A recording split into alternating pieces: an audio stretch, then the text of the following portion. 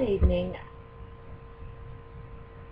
Today I will be discussing your next lesson, which is this is for my class A, uh, language arts, and I'll be discussing with you comparing and contrasting.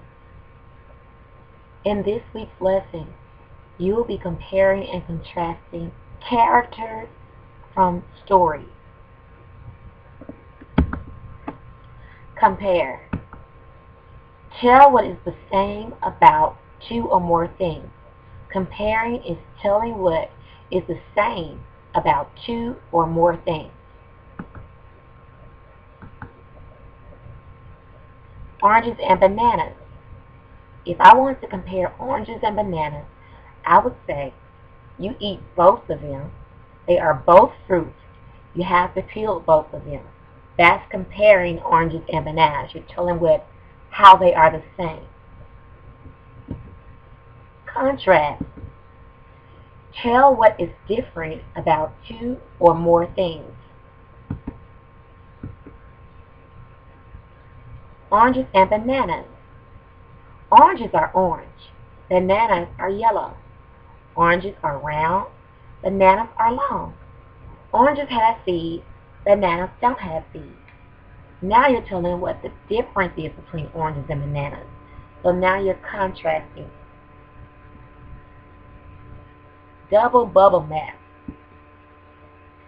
It is a great way to organize your thoughts when you are comparing and contrasting two things. In the middle, you put how the two objects are alike. If you can remember a couple of weeks ago, we did what we call a Venn, V-E-N-N, Venn diagram on the story of Harriet Tubman as a child. And we did a comparison between her life as a child and your life as a child.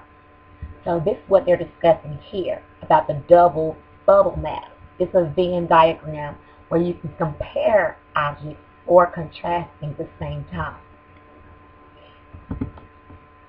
On the sides, you put how the side objects, or in the middle, you put how the two objects are alike.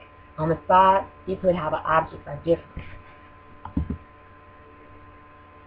Organizing your bubble map, and you will have this on some of your homework assignments. You have oranges on one side and bananas on the other side. If you look right here at your diagram, you can see that your two octagons are intersecting. So they're overlapping each other. Right here, in the center portion, that's how your two fruits are the same. But whatever you're comparing, this right here will be how they are the same. In their separate sides, such as on the left side here and on the right side here, it's how your two objects are completely different. What can we compare and contrast? We can compare and contrast books. Did you like this book better than another book? Why? We can compare and contrast people, which you will be doing during the next week when you come back from spring break, or characters. You can compare and contrast objects, like we just see with the bananas and oranges. You can compare and contrast animals.